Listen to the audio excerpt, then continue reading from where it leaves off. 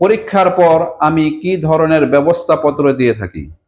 আমি সর্বপ্রথম জিন পরীক্ষা এবং সাইকো অ্যানালাইসিসের মাধ্যমে পরিচিত জিন জাদু আর শারীরিক রোগগুলো আলাদা করে থাকি। পরিচিত জিনের রোগী হলে সম্পূর্ণ কোরআন সুন্নাহর আলোকে হালাল রুকিয়ার পদ্ধতিতে জিন হাজির করা, জিনকে শাস্তি দেওয়া বা জ্বালিয়ে দেওয়ার মাধ্যমে শেষ করে থাকি।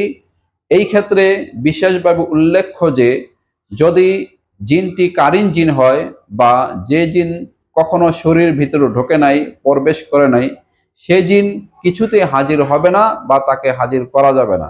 এই ক্ষেত্রে শুধু সমস্যা দূর করার জন্য বিশেষ ব্যবস্থা করতে হয়। জিনের সংখ্যা বেশি হলে রোগীর শরীর এবং ঘর বন্ধ রাখতে হয়, তখন সেই ব্যবস্থাই করে থাকি। জাদু বা বদনজর হলে নামের উপর কাটাতে হয় এবং রুকিয়াকৃত পানি দিয়ে পান এবং গোসল করতে হয়। প্রয়োজনে জাদু ও বদনজর নাশক দ্রব্য ব্যবহার করে সেগুলি নষ্ট করে থাকি।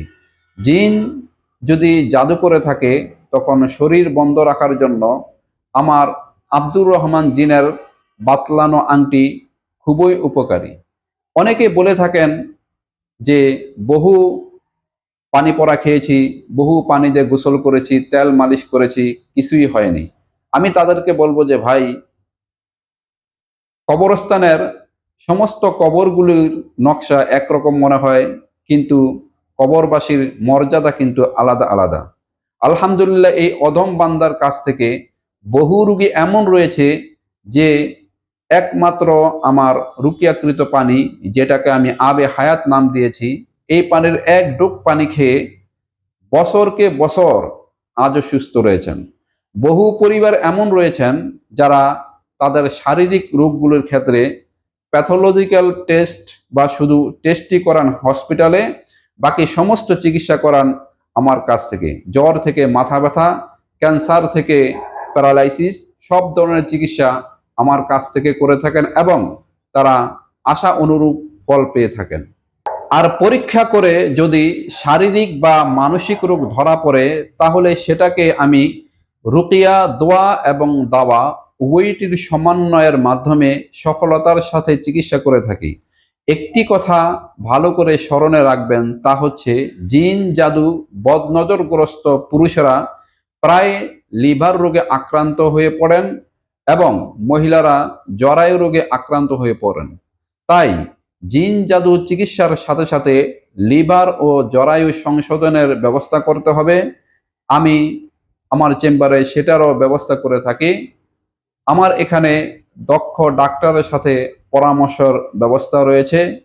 সরাসরি অথবা অনলাইন দুইভাবেই চিকিৎসার ব্যবস্থা রয়েছে। আরেকটি কথা, প্রায় রোগীরা বলে থাকেন বহু চিকিৎসা করেছি কিন্তু কোনো ফল হয় নাই বা জাদুটোনা বারবার ফেরত আসে।